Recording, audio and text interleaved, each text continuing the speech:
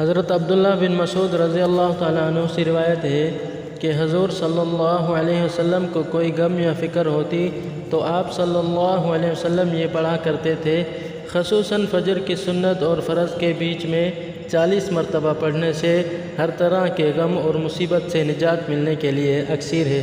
وہ دعا یہ ہے: بسم اللہ الرحمن الرحیم، یا حی یا قیوم برحمتک استغیث، حسبی اللہ لا الہ الا ہو، علیہ توکلت وہو رب العرش العظیم۔ مجھے اللہ کافی ہے، اس کے سوا کسی کی بندگی نہیں، میں نے اسی پر بھروسہ کیا اور وہ بڑے عرش کا مالک ہے۔ خاصیت: حضرت ابو درداء رضی اللہ تعالیٰ عنہ کی روایت کے مطابق جو شخص ہمیشہ صبح و شام 7 مرتبہ پڑھے گا تو دنیا و ما فیہا کے تمام غموں سے اللہ تعالیٰ نجات بخشے گا۔ آمین۔